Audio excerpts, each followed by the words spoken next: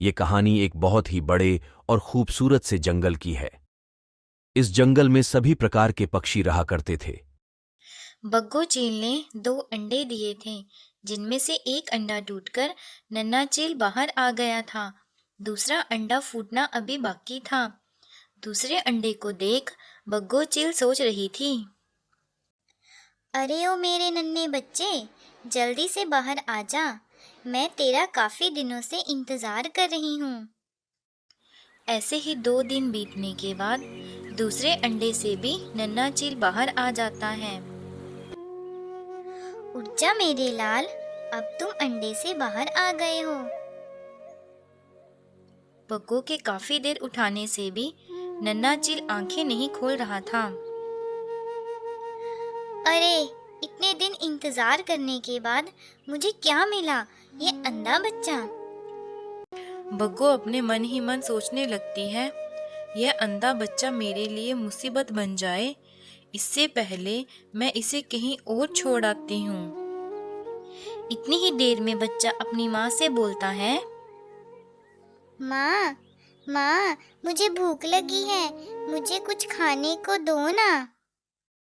हाँ मेरे बच्चे, मैं तुम्हें जंगल में ले जाती हूँ, तुम्हारा जो दिल करे खा लेना। बग्गो उस बच्चे को जंगल में ले जाती है और उसे वहीं छोड़कर वापस आ जाती है। उसी रास्ते से टूनी चिड़िया और कालू कौवा जा रहे होते हैं और उन्हें वहाँ नन्हा चील दिखाई देता है। नन्ही चील, तुम यहाँ क्या कर रहे हो अकेले? तुम्हारी मम्मा कहाँ है? मुझे नहीं पता।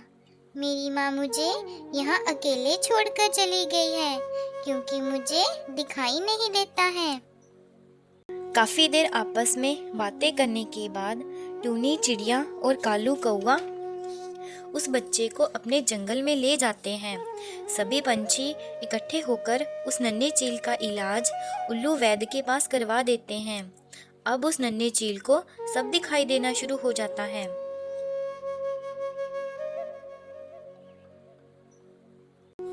समय बीतता गया। अब बग्गो चील बूढ़ी हो चुकी थी। बग्गो चील अपने दूसरे बेटे से कहती है, बेटा, अब मैं बूढ़ी हो गई हूँ। आज से तू मेरे लिए शिकार लाया करेगा।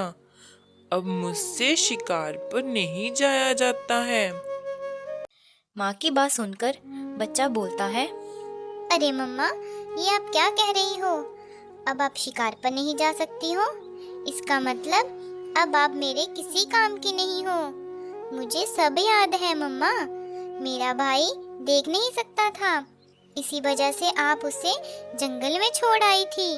वह भी आपके किसी काम का नहीं था, तभी तो आपने उसे अपने पास नहीं रखा।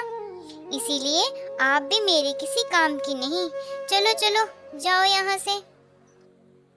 चील का बच्चा अपनी माँ को घर से निकाल देता है। इस तरह चील को अपने किए की सजा मिल जाती है।